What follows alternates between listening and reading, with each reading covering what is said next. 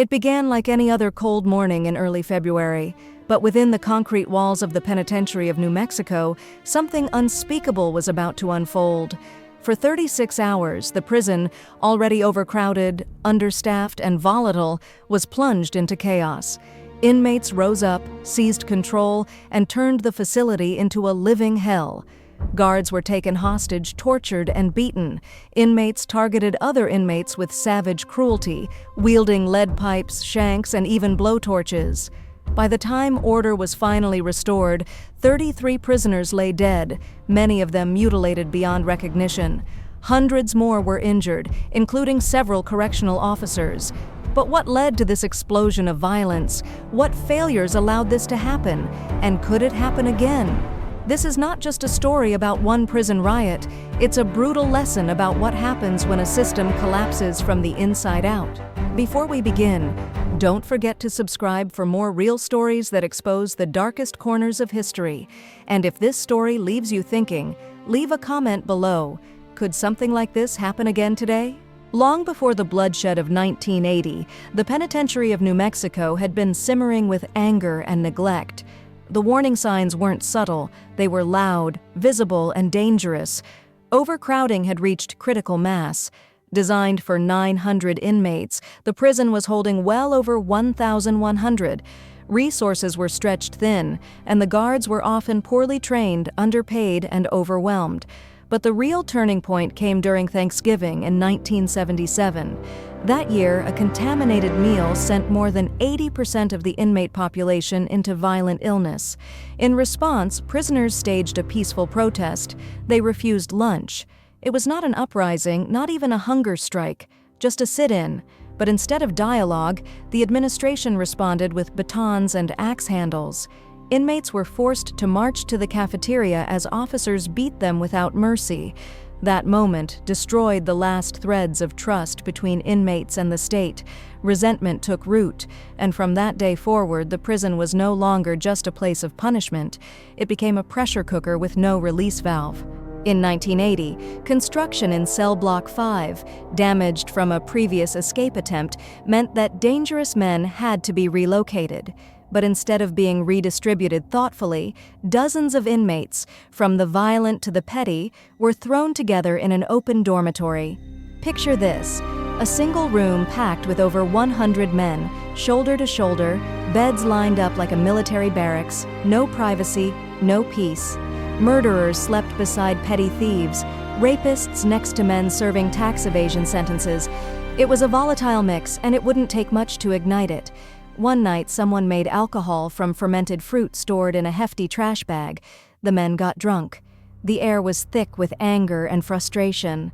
Then, almost casually, someone stood up and said, "We're taking over."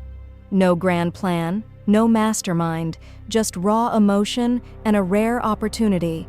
And in a matter of minutes, that simple sentence turned into a full-blown prison rebellion, one that no one would be able to stop. What made the takeover so terrifyingly fast wasn't just the rage of the inmates, it was a cascade of security failures that made it all too easy. On that night, 3 guards entered the dormitory for a routine bed check. Standard protocol dictated that one officer remain outside to lock the door, securing the others inside in case of an uprising. But the officer assigned to that post was a rookie, young, inexperienced, and unaware of how critical that one decision would be. He stepped inside with the others and left the door wide open. That was all the rioters needed. They pounced, beating the guards, taking their keys, stealing their radios. In less than 10 minutes, they had access to the main hallway. And then came the next mistake. The door to the central command station was made of glass. The windows shattered on the first blow. With almost no resistance, the inmates stormed in, took control of the command hub, and gained access to the master key system. In less than 20 minutes, the inmates controlled the entire prison. Now in command of every wing, corridor, and cell block, the inmates moved with terrifying precision. But this wasn't a unified rebellion, it was chaos. Once the master keys were in their hands, they didn't just free their friends, they opened the gates to revenge. Their first target? Protective custody. That wing housed informants, sex offenders, and anyone who had testified against another inmate, men hated by both prisoners and guards. And so began the slaughter.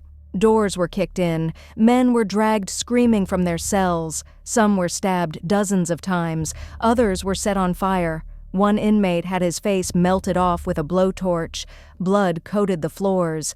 Inmates left messages on the walls, taunts, curses, names of the dead. There were no leaders, just rage. Even the most hardened prisoners later said they had never seen such cruelty. Some stood back in horror.